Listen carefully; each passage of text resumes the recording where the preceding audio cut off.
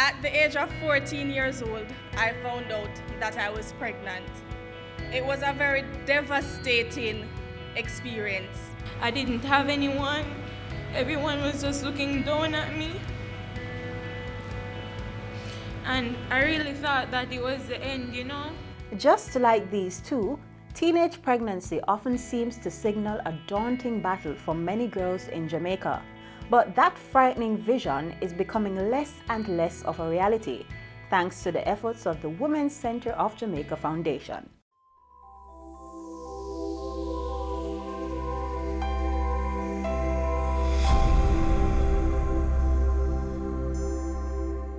I applaud your selfless service. What started off 40 years ago as a response to the high level of teenage pregnancies has become a national program with 10 different centers offering quality education. That applause from the wife of the President of Kenya, the Honorable Margaret Kenyatta, came in early August on an official visit to Jamaica. Under the banner of the Ministry of Gender, the Women's Center of Jamaica Foundation has served approximately 46,000 adolescent mothers in 4 critical areas: academics, which includes education and skills training; outreach, for those who cannot access the main centers; adolescent mother health, where they provide health services for beneficiaries; and counseling on family life education. But that's not all. The Women's Center program for teenage mothers began with 6 clients right here. And in 40 years, the program has served more than 46,000 adolescent mothers and has expanded to include 7 main centers and 11 outreach stations across the island. I am Kinshasa Johnson, and I'm a past student of the Women's Center of Jamaica Foundation. At the age of 14 years old, I found out that I was pregnant. It was a very devastating experience at that very moment.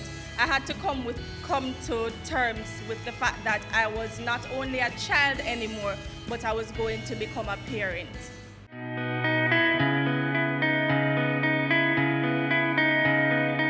Now, at that very moment, I signed up to become a student at the Women's Center of Jamaica Foundation. I started attending the center when I was 14 years old, and at that time they had a bus fare program here, so young ladies who weren't financially able to find money to come to school every day, we would be granted a bus fare to come to school the following morning. So I had my baby and I was home for approximately a month, and I came back to school because I had the grade 9 achievement test.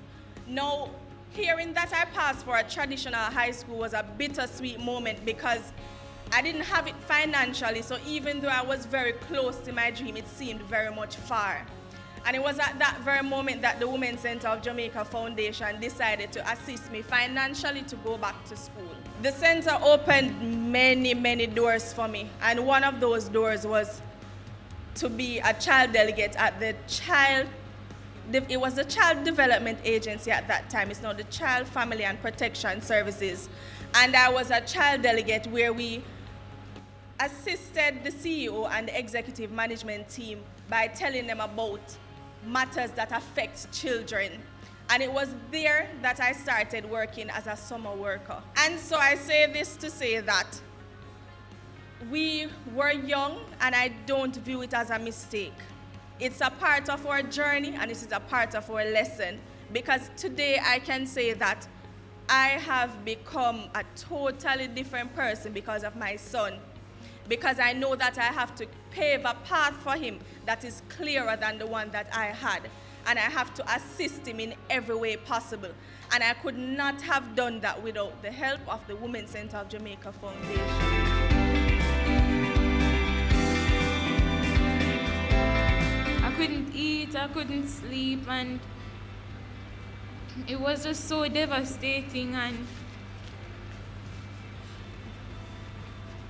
I was just 15, and I'm saying to myself, how am I going to maintain myself? How am I going to maintain a baby? So when I got here, I met some really amazing people who inspired me so much. At that point, I didn't want to hurt myself anymore, and for the first time in a long while, I started to smile. And I went home and I started writing in my journal, and I said to myself, I can make it. I'm gonna make it out of this. So let me congratulate all you girls for your unyielding resilience and courage, for taking on the responsibilities of being young mothers, yet recognizing the importance of education in unlocking your future, for refusing to be left behind. 40 years ago, teenage pregnancy meant a dead end for many young girls. It was the guarantee of a future of misery, a life of poverty, exclusion, and dependence. The pregnant teenager's education would come to an end, and her job prospects would disappear. That was before the Women's Center of Jamaica Foundation was established.